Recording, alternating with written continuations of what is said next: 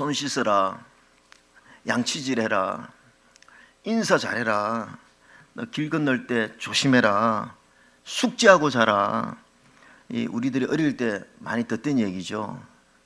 부모님의 잔소리입니다. 근데 이 잔소리는요, 사실은 어릴 때는 왜 자꾸 엄마 아빠는 귀찮은 거를 나한테 시키지 이렇게 생각하지만 나중에 커서 보면 그건 다 사랑의 언어입니다. 나중에 커서 생각해 보면, 야, 내가 어릴 때 왜 부모님에게 반항하고 그게 얼마나 어리석은 것인가 깨닫죠.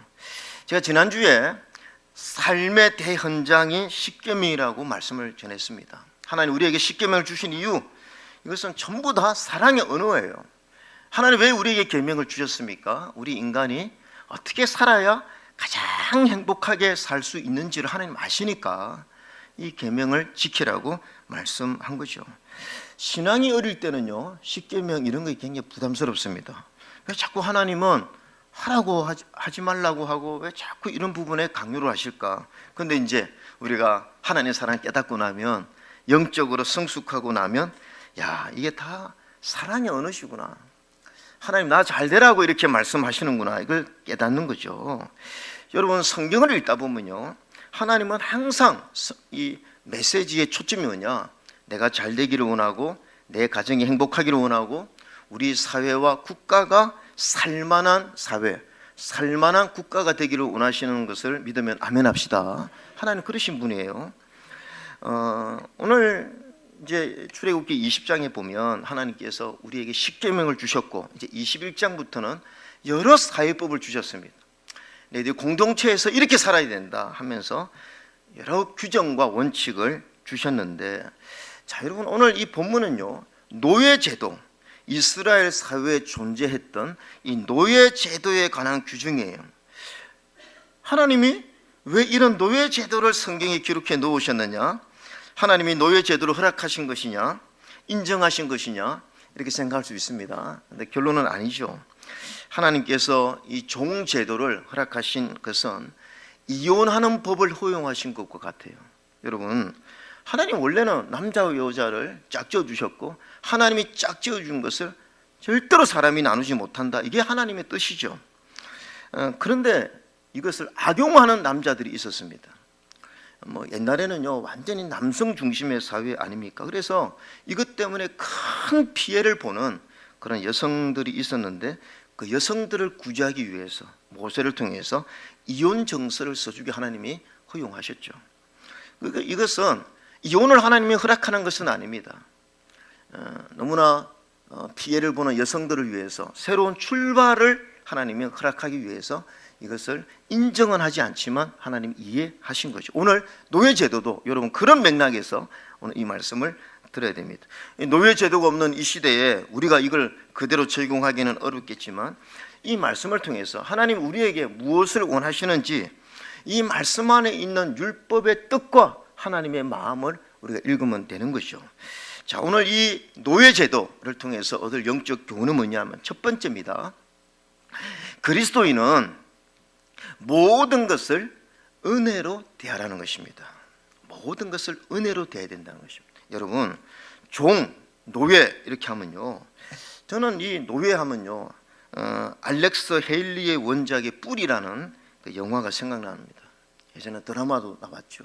저는요, 청소년 때인가 이 뿔이라는 거 보고 정말 충격을 받았어요. 야, 어떻게 이럴 수가 있느냐. 그래서 그때 제가 어릴 때인데도 아직도 그 주인공 이름이 생각나요. 군타 긴테. 여러분 생각나시나요? 얼마나 내가 충격을 받았으면, 야, 어떻게 저렇게 노예가 저럴 수가 있느냐, 어떻게 저런 인권 유린이 있을 수 있느냐 이거죠. 여러분, 불과 200~300년 전에 흑인 노예 제도도 그런데 하물며 고대 이방 나라에서는요, 이 노예 제도는 더 상황이 심각했습니다. 노예는 사람이 아니었어요. 물건 취급을 받았죠. 평생 주인에게 속박되어 있었습니다. 그 시대적 상황 속에서 만들어진 노예 제도를 하나님이 말씀으로 개선하기를 원했던 것이죠. 자, 오늘 이 말씀을 문자 그대로 우리 적용할 수는 없습니다. 그런데 이 말씀이 오늘 우리에게 보여주는 불변의 원리가 있는데 그게 뭐냐면, 하나님의 백성들 사이에서는 모든 것을 은혜로 대하여야 한다는 것입니다. 여러분, 이거는 구약 시대나 지금 신약 시대나 똑같이 통용되는 원리죠. 은혜로 대하라는 것입니다. 그리스도인들은 너무 율법적으로 따지지 말고 내가 좀 손해보는 것 같이 사는 게 그게 옳은 삶이다, 이걸 우리에게 가르쳐 주는 거죠. 자, 나에게 물질적인 손해를 끼쳐서 종이 되었다면 그 종을 6년 동안만 부려먹으면 되지 7년 때는 풀어주라는 거예요. 더 부려먹고 싶은 마음이 간절하겠지만 이제 그에게 은혜로 대하라는 것입니다. 고대 이방인들은요, 어림도 없습니다. 노예는 재산이었어요.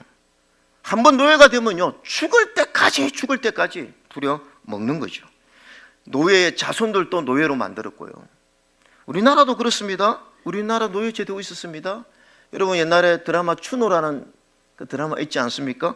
그 조선시대 도망간 노비를 끝까지 수색하여 체포한다는 그런 내용, 이 드라마 추노 아닙니까? 그런데 하나님은 이스라엘은 그렇게 하면 안 된다는 거예요. 경제적인 파산의 이유로 어쩔 수 없이 종이 되었지만 6년 정도 고생했으면 7년 때에는 자유를 베풀으라는 거죠. 자, 오늘 2절 한번 읽어보겠습니다. 2절입니다. 시작.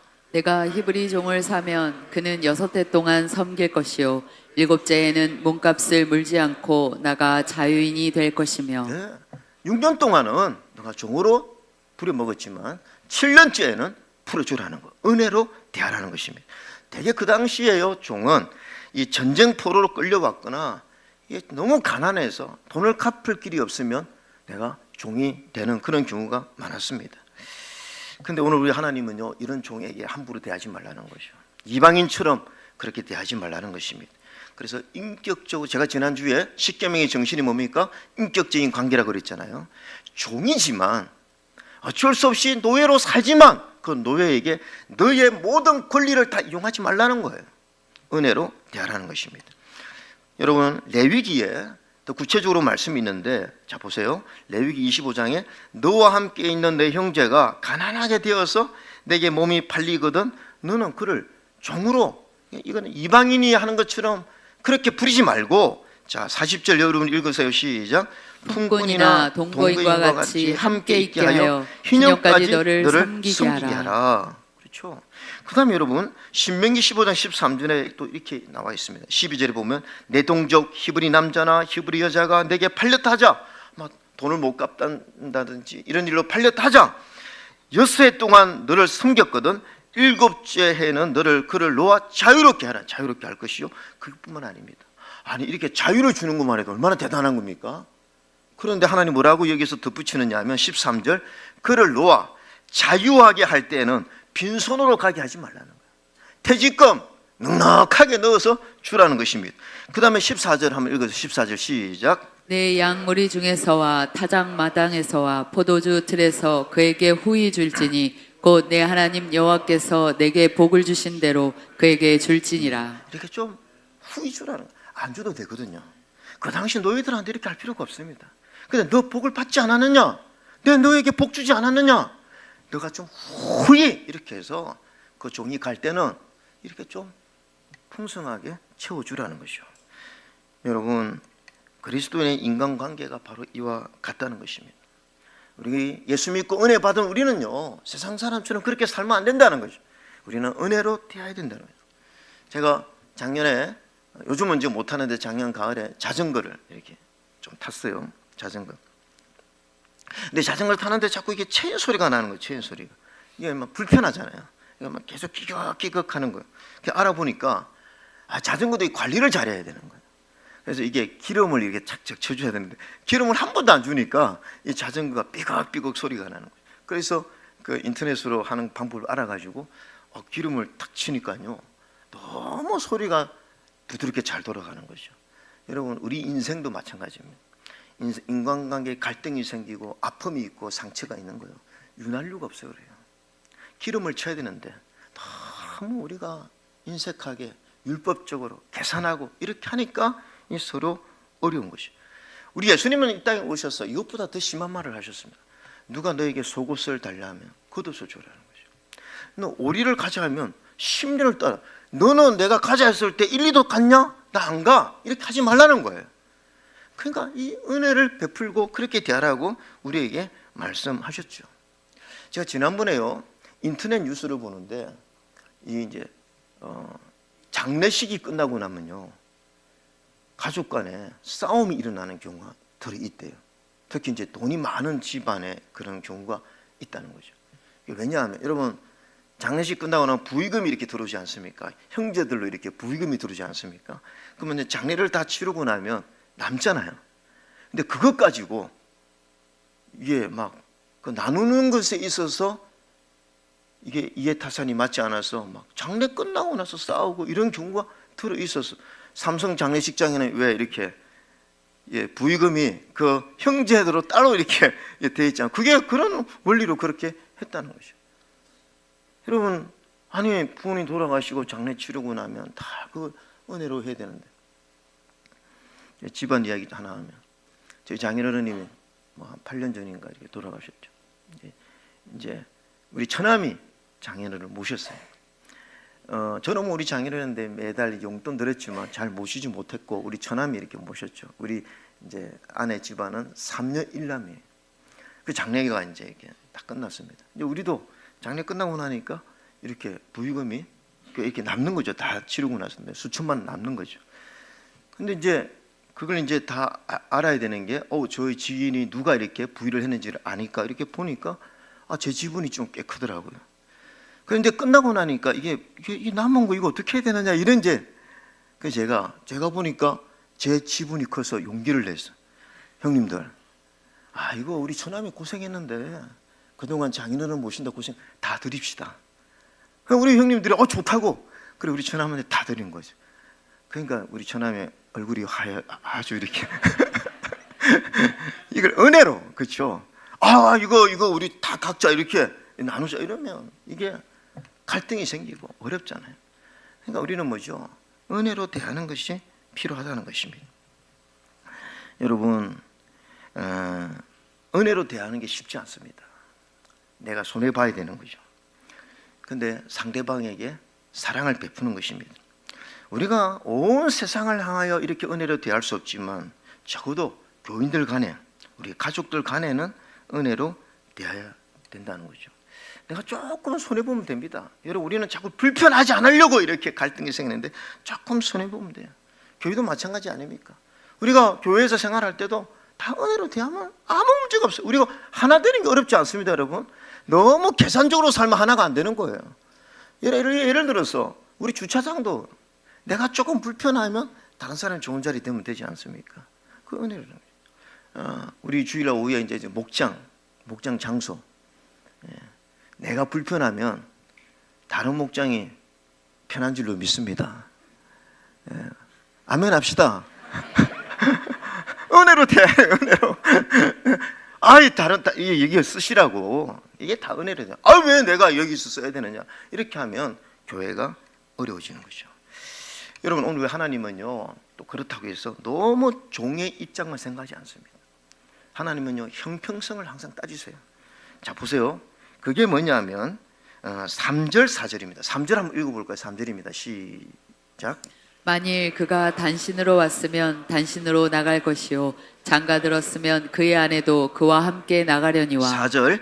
만일 상전이 그에게 아내를 주어 그의 아내가 아들이나 딸을 낳았으면 그의 아내와 그의 자식들은 상전에게 속할 것이요 그는 단신으로 나갈 것이로되. 자, 이게 무슨 말이냐면 그 당시 노예는 어쨌든 주인의 재산권이나 마찬가지였어요. 근데 종이 왔습니다. 그런데 이 종이 7년째 보내줘야 되지 않습니까? 그러니까 결혼 안 했으면 보내주면 되는 거예요. 너 혼자 나가라는 거예요. 근데 주인이 그 당시 종은 뭐 결혼할 어떤 처지가 안 됐죠. 근데 여종 중에 괜찮은 여종이 있어서 소개해줘. 너 결혼해. 그 결혼해서 아이까지 낳은 거예요. 그러면 하나님 뭐라고 하시냐면 너 종이 나갈 때 너 나가시면 너 혼자 나가라는 거죠. 아내와 자식은 주인에게 놔두고 나가라는 거죠. 지금 이 상황 속에 이게 좀 이해가 안 되지만 그 당시는 제가 말씀드렸잖아요. 이 종은 주인에게 재산권과 같았습니다. 그러니까 주인이 종에게 이 은혜를 베풀었으니까 너무 주인을 힘들게 하면 안 된다는 거죠. 그래서 왜냐하면 이게 다 그 당시는 이게 다 재산권인데 내가 소개해 줬는데 나갈 때 자식도 데리고 나가고 아내도 다 데리고 나가면 주인이 얼마나 재산에 손해를 보느냐 이거예요. 여러분, 예를 들면 오늘 이걸 이렇게 적용하면요, 오늘날 자본주의 사회에서는 고용주가 있고 고용인이 있습니다.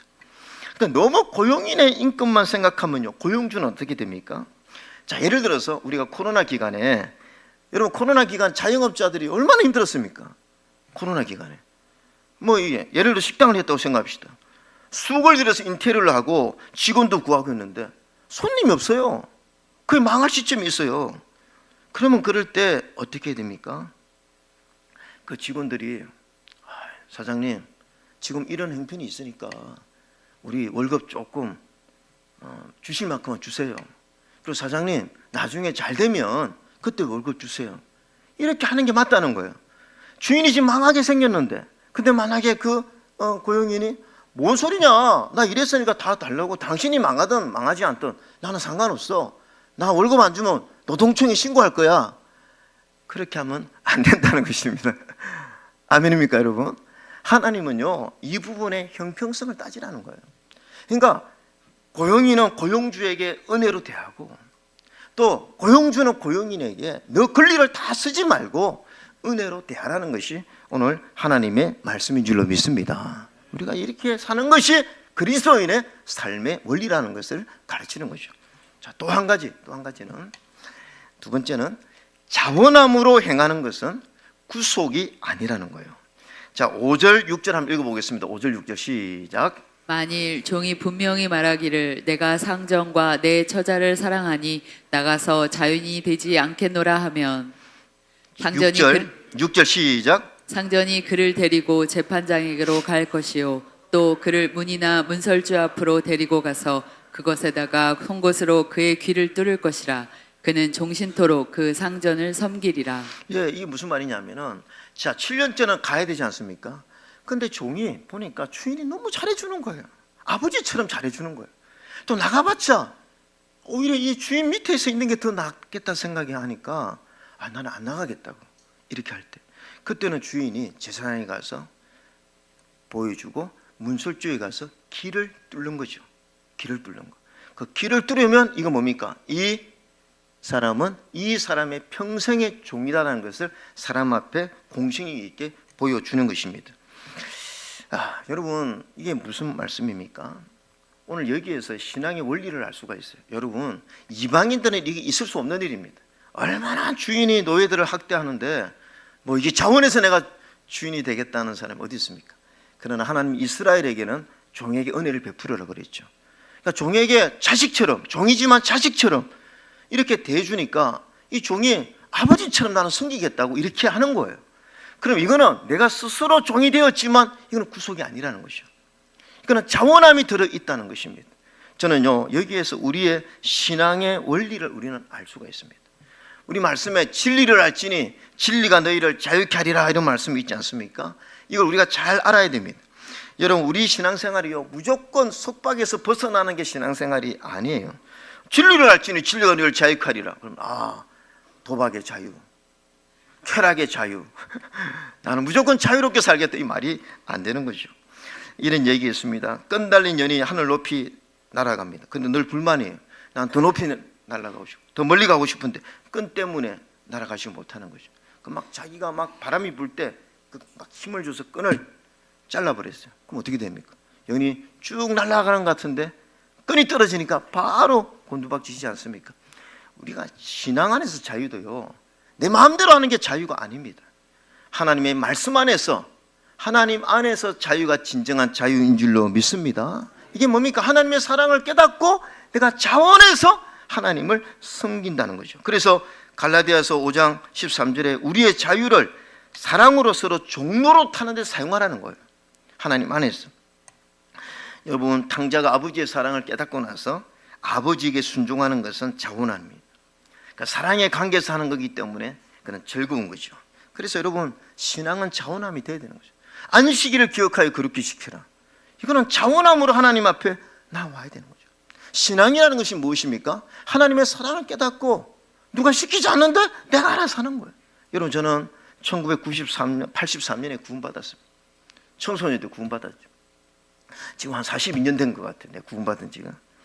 근데 여러분, 저는 그 이후로 한 번도 누가 시켜서 이거 한 거 없습니다. 내가 자원해서 했습니다. 왜? 하나님 사랑이 너무 감사하니까. 그렇죠? 하나님 사랑이 너무 감사하니까 내가 자원해서 주님의 뜻대로 살겠습니다. 이유는 뭐냐? 내 속에 하나님 사랑이 넘치니까. 이거 뭐 하나님 앞에 헌신하는 거 이거 억지로 하는 게 아니라 내가 너무 기쁘고 즐거워서 하는 거죠. 저는요, 우리 하나님의 성도들이 이 길을 뚫었으면 좋겠습니다. 할렐루야. 이 기 말고 영적인 길을 좀 뚫었으면 좋겠어요. 이게 뭡니까? 하나님, 내가 자원해서 내 마음대로 할 수 있는데 하나님의 사랑을 깨닫고 나니까 내 마음대로 못 살겠네요. 하나님의 사랑 깨닫고 나니까 내가 하나님 섬기지 않을 수가 없어요. 그래서 스스로 내 영적인 길을 뚫는 사람이 많았으면 좋겠고, 저는 참 감사한 게 우리 하나님교회 이 기 뚫어주신 분이 많아요. 할렐루야. 기 뚫으신 뭐 차원에서 하시니까. 여러분, 하나님의 사랑에서 근거하지 않으면 우리 신앙은 율법적이 됩니다. 부담이 됩니다. 제가 아는 어떤 교회, 우리 교단의 어떤 교회, 엄청난 교회가 있습니다. 그 교회는요, 뭐 한번 보면요, 예배가요, 지금 우리 교회 예배 이거는 이런 예배는 그건 한 10배 30배 뜨거워요. 목사님이 할렐루야 이러면 여러분 할렐루야 요즘도 아멘 하죠. 그 교회는 목사님이 할렐루야 그러면요 아멘 이렇게 해요. 진짜 모든 성도들이. 목사로서 되게 부러운 거죠. 어떻게 저렇게 되나? 예? 어마어마합니다. 그런데 저는요, 그 교회를 부러워하지 않고 그 교회 성도의 신앙을, 그런 신앙을 좀 추구하지 않아요. 왜냐하면 그 목사님의 메시지는 뭐냐 하면 강력합니다. 그 목사님의 메시지를 듣다 보면 항상 결론이 이것입니다. 너희들 그렇게 신앙생활해서 구원받을 수 있을 것 같아, 이겁니다. 너희들이 그런 식으로 신앙생활해서 어떻게 구원을 받느냐, 이게 메시지 초점이에요. 그러니까 성도들은 이 두려움이 있는 거죠. 하나님이 너무 두려운 거예요. 그러니까 열정적으로 예배드리고 열정적으로 신앙생활. 물론 우리는 그런 열정에 도전도 받아야 되고 또 배워야 되지만, 저는 그런 신앙은요, 하나님 기뻐하는 신앙 아니라고 생각합니다. 율법적으로 하나님이 막 지옥 갈까봐, 내가 막 지옥 갈까봐 두려워서 열정을 내는 거, 그건 이단들도 그렇게 잘하거든요. 14만 4천 안에 안 들어가면 큰일 나니까 막 열심히 하는 거죠. 여러분, 신앙생활은 무엇입니까? 신앙생활은, 하나님이 원하시는 신앙생활은 뭐냐 하면 하나님의 사랑을 깨닫고 내가 자유롭게 할 수 있는데 스스로 하나님의 종이 되는 게 신앙생활인 줄로 믿습니다. 성도님들, 둘째 탕자가요 갔을 때 아버지가 이럴 수 있지 않습니까? 야, 저놈 잡아와. 다 데리고 가는 거예요. 그래서 아들 어느 술집에서 지금 술 먹고 있어 이놈이. 그러면서 막 사람들 데리고 가서 멱살 잡고 붙들어 가서 할 수 있지 않습니까? 근데 아버지는 그렇게 하지 않습니다. 그냥 기다리는 거예요. 왜 그렇습니까? 아들이 아버지의 사랑을 깨달을 때 진짜 회개가 되고, 아버지의 사랑을 깨달을 때 아버지와 관계가 되는 거지. 그는 멱살 잡고 와서 한 번만 더 가출하면 죽인다 해도 그게 관계가 이루어지겠냐는 거죠. 진짜 관계는 뭐냐? 이 둘째 아들이, 야, 우리 아버지가 진짜 좋으신 분이구나, 그걸 깨닫고 나니까 그 다음부터는 이제 둘째 아들이, 성경에 나와 있지 않지만 아마 아버지가 시키면 뭐 얼마나 열심히, 아버지 알겠습니다, 얼마나 열심히 했겠어요. 이유는 뭐냐? 아버지의 사랑을 깨달았기 때문인 줄로 믿습니다. 여러분, 오늘 이 노예 제도를 통해서 우리가 배울 수 있는 교훈 두 가지입니다. 우리는 예수 믿고 구원받고 은혜 받았기 때문에 율법적으로, 너무 계산적으로 손해 안 보려고 세상 사람처럼 그렇게 너의 모든 권리를 다 이용해서 너의 유익을 취하는 거 하나님 기뻐하지 않습니다. 내가 권리가 있지만 내가 은혜 받은 자니까 은혜로 대하는 걸 원하고, 또 우리의 신앙이 그냥 뭐 억지로 인색함으로 그렇게 하는 것이 아니라 하나님의 사랑이 너무 좋으니까 그 사랑 깨닫고 자원함으로 주님을 섬기는 그런 믿음, 그런 신앙이 되기를 주의 이름으로 축원합니다.